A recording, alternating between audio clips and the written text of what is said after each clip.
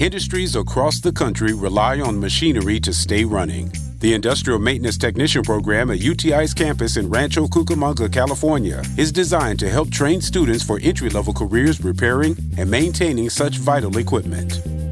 The program is designed to feature topics ranging from energy industry fundamentals to electrical theory, and to teach students a relevant, diverse skill set. Students work hands-on in labs with state-of-the-industry equipment, and knowledge is built from the ground up, so no prior experience is needed. UTI's Rancho Cucamonga campus has a lot to offer students in the Industrial Maintenance Technician program, including proximity to beaches and other attractions in the Los Angeles area. The location also serves as a great home base for graduates looking to start their careers. The Industrial Maintenance Technician program at UTI Rancho Cucamonga is designed to be completed in just 30 weeks, which means that you can get the skills and education you need for the field sooner.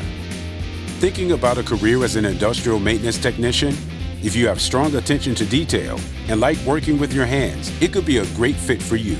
See how you can get started at our Rancho Cucamonga campus.